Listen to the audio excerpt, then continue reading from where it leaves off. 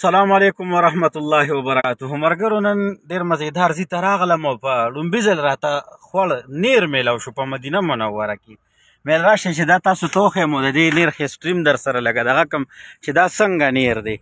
دا وګورئ مرګرو اوبه پکې ښه په درز روانې دي. صحیح ده، اوبه پکې ښه شور کوي او ډېرې تیزې دي ماشاءالله.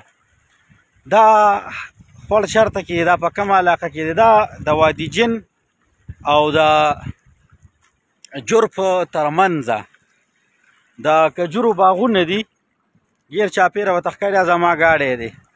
د کجورو باغونه دي او دلته کې چې دی نو ماشاءالله دا دغه دی، دا خوړ راغلی دی.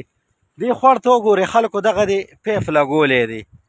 دې پیپ باندې دې ته جرنیټر ولګوي او د دې نه بیا د کجورو باغ څه کوي، هغه ترې نه اوبه کوي.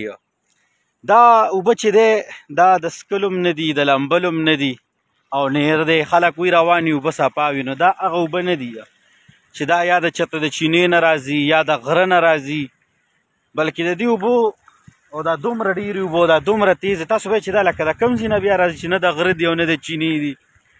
نو ملګرو دا د حرم شریف او د مدینې منورې د کورونو او د دغه پلازو اوبه دي. دا ډېرې طاقتورې اوبه دي. دا کجورې له یا نورو بوټو له ونو له چې دی دا ډېره پیدا ورکوي.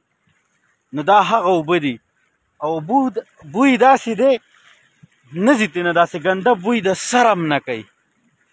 بوی داسې دی لکه د دغه بوی نه وي. دا غرونو خاوره کې چې کومه باران توی شي هغه اوبه هغه بوی ترې اوچتېږي، هغسې بوی کوي.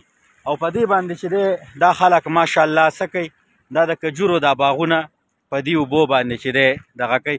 ډېر ښکلي ښکلي ځایونه را سره پکې راځي. زه چې کوم ځایونو ته کار له ځمه راووځمه نو ما سره ډېرې مزېدارې ایریاګانې راشي، خو هلته کې زما کار ډېر زیات وي. زما کار ډېر زیات وي نو د هغې په وجه باندې زه بس هغه ویډیو ونه کړم. خو نن مې وی مې راشه نن پکې ویډیو وکړه. ها دلته کې مې یو کس له هغه ورکړه شیفمنټ، داسې وي ای پي او ایک نمبر کجورې راله راکړه چې د دغې دا کوم باغ مزرې له چې راغلی وم هغې له مې سامان راوړی. زمونږ سامان نه کار څه شی دی، دا شیفمنټ وي که نه. دا بس اوس د یو کس دی، دا د بل کس وي دغسې. نو 60-70 شیفمنټ دي را سره ګاډي کې. دا اوس یو کس له ورکول وي، خو دا ده چې دا ډېر ګران کار دی زمونږ ده. خو بس الله دې راته اسانه کړي. نو مرګرو دغه ځای مې هم در سره شریک کړه چې ډېر مزېدار خوړ پکې روان دی. تاسو ما سوچ کو چې یاره دا خوړ د کوم اړخ نه راغی. دلته کې خو نه واوره کېږي نه بل څه شی، او مدینه منوره کې بیا د کجورو دا باغونه په دې اوبو باندې چې دی نو اوبه کېږي. نو ماشاءالله کجورې هم راته میلاو شولې او چکر او داسې وي ای پي او ایک نمبر کجوره ده. نوم یې رانو سیر شو، ده راته چې کوم نوم واغستی دې کجورو. دا دلته کې د دغې مزرې وه او تیار یې راله راکړله وي دا واخله یاره، چار دی ښي او کور دی ودان وي. نو ښه خلک هم دلته کې ډېر پراته دي ماشاءالله.